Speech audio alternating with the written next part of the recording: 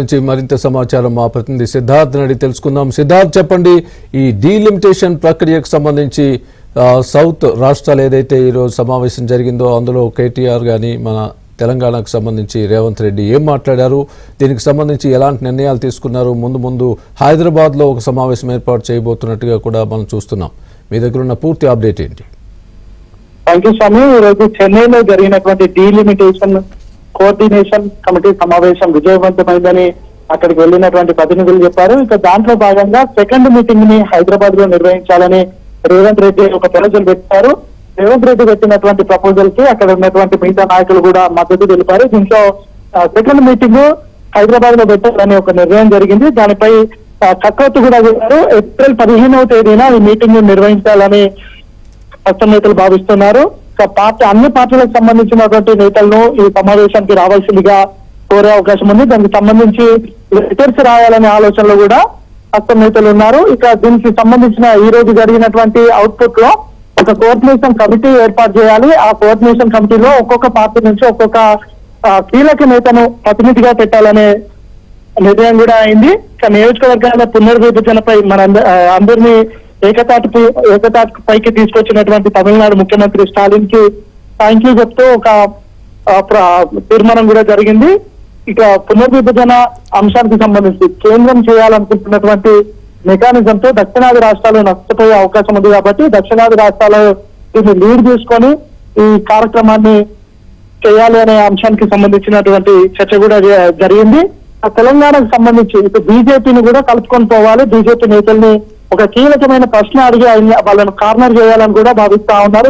BJP నాయకులకు, Telangana BJP నాయకులకు party ముఖ్యమా, తెలంగాణకు సంబంధించినటువంటి ప్రయోజనాలు ముఖ్యమా అనే అంశాన్ని వాళ్ళను ప్రశ్నిస్తూ ఈ అంశాన్ని ప్రజల్లోకి విస్తృతంగా తీసుకువెళ్లి బీజేపీని కార్నర్ చేయాలని మిగతా పార్టీలు భావిస్తా ఉన్నాయి. ఇంకా ఈ జాయింట్ యాక్షన్ కమిటీని రూపొందించి ఆ జాయింట్ యాక్షన్ కమిటీలో కేటీఆర్ ని కానీ ఇటు కాంగ్రెస్ పార్టీకి సంబంధించినటువంటి నాయకులు కూడా ఉంటారు కాబట్టి రాష్ట్రంలో వాళ్ళకి ఎలాంటి అంశాలు ఉన్నా ఈ డీలిమిటేషన్ వరకు కలిసి పనిచేయాలనే ఒక అంశాన్ని చర్చిస్తా ఉన్నారు. దీనికి సంబంధించి రెండో మీటింగ్ జరిగిన తర్వాత ఈ కోఆర్డినేషన్ కమిటీ ఒక జాయింట్ యాక్షన్ కమిటీగా రూపుదిద్దుకోనుంది. ఈ జాయింట్ యాక్షన్ కమిటీ పేరు మీదనే మిగతా కార్యక్రమాలు చేయాలనే అంశాన్ని కూడా భావిస్తున్నారు. ఈ రోజు మీటింగ్ అయితే ఇటు రేవంత్ రెడ్డి చేసినటువంటి ప్రపోజల్స్ కానీ ఆయన స్పీచ్ పైన కానీ మిగతా రాష్ట్రాలకు సంబంధించినటువంటి నాయకులు రేవంత్ చేసినటువంటి ప్రపోజల్స్ కి మద్దతు తెలిపారు. దీంట్లో భాగంగా రెండో మీటింగ్ ను హైదరాబాద్ వేదికగా చేయాలనే నిర్ణయం జరిగింది. ఆ మీటింగ్ ని ఏప్రిల్ 15వ తేదీన చేయాలని నిర్ణయించారు. 1-2 రోజుల్లో దీనికి సంబంధించినటువంటి వేదిక కానీ సమయం కానీ దాన్ని బహిరంగ సభగా చేయాలా లేదంటే ఇంటర్నల్ మీటింగ్ గా నిర్వహించాలా అనే అంశానికి సంబంధించి 1-2 రోజుల్లో ఒక పూర్తి క్లారిటీ రానుంది. Right, thanks for the update Siddharth.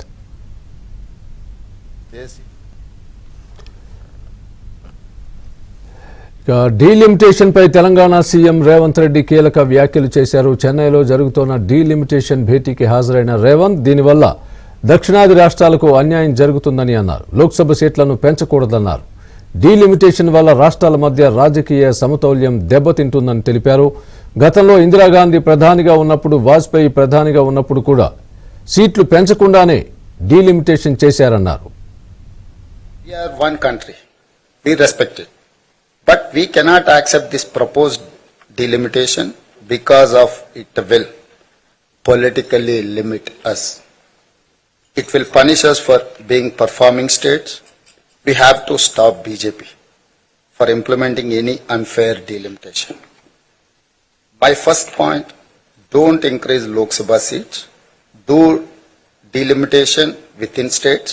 In 1976, Prime Minister Srimati Indira Gandhi did delimitation without increasing any seats because it will create imbalance of political power between states.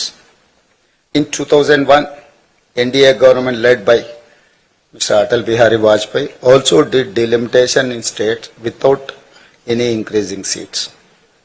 PM Narendra Modi must also do the same. Don't increase Lok Sabha seat numbers. My second point is that South will not accept population-based delimitation. If BJP does delimitation on population, South India will lose political voice. North will make us secondary citizens.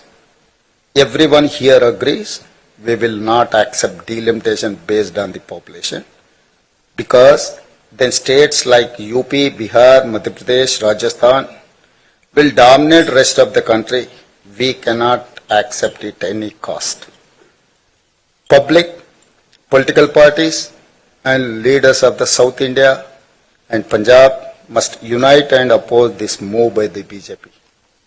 My third point is that pro rata formula is also not acceptable. Pro rata formula will also hurt us. Problem of pro rata, it changes power gap. Any government is decided by the majority of one seat or one vote. We have a history of central government falling because of just one vote. So pro rata formula will also hurt us politically.